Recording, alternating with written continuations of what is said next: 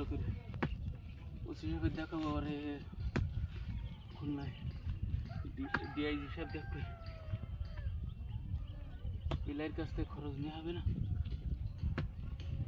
ভালো করতে হবে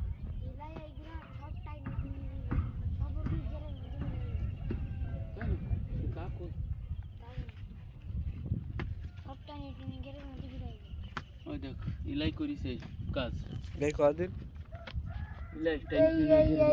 ইলাই মধ্যে ফিলাইছে টাইনি টুনি নে এই ঘেরা টেনে নে ঘেরা আগের বারে ওসব গুলো ঘেরা কই মানে মামলা হয়ে গেছে না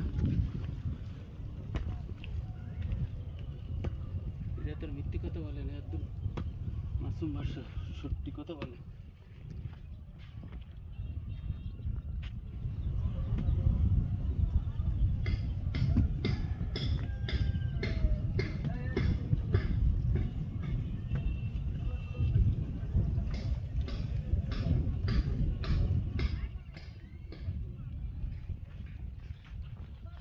সব দর্শক, আমরা ভুক্তভোগী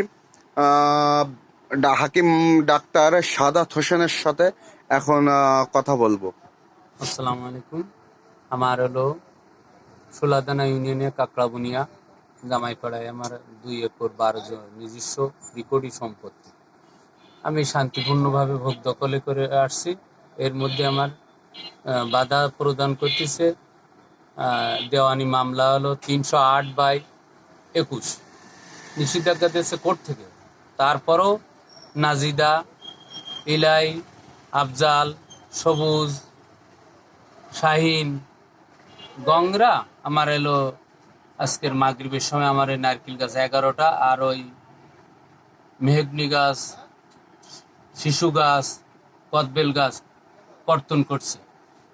এলাকার বহু মানুষ দেখছে গাছ তোমরা কাটছো কেন, তখন তারা কি বলে? এমনি কাটিয়ে দিচ্ছে। তাদের ওই এইখানে কখনো কোনো জায়গায় নেই নাজিদা এবং আফজালের। তারা কোথায় থাকে? তারা আমার জমির মাথায় একটা দোকান করে থাকে, দোকানে অনেক কিছু অকাম করে, সারা রাত ধরে তাস খেলে। আমি নিশ্চিত করা সত্ত্বেও এই জন্য আমার সাথে একটু গন্ডগোল, এমনি আর কোনো সমস্যা না। পাইকাসা ম্যাজিস্ট্রেট সাহেব জমি মাপার আদেশ দিয়েছে, আমরা জমি সেখানে মাপতেছি, তার মধ্যেও এরা এই কাজ করছে। সুকল্যাণ বাবু এই জমি অ্যাডভোকেটের নিয়োগ করা হয়েছে, 3 জন আমিন দেওয়া হয়েছে, কবির আমিন, গোপাল আমিন এবং আরেকজন হলো একদম রাইট হয়েছে অফ দ্য রেকর্ড না, কিন্তু আমার এই গাছ ক্ষতি করে আমার 2 লক্ষ টাকার মতন ক্ষতি সাধন করেছে। আমি এলাকাবাসী এবং বন বিভাগের আমার ওসি সাহেব এই ব্যাপারে জানে, কিন্তু কোনো পদক্ষেপ নিচ্ছে না।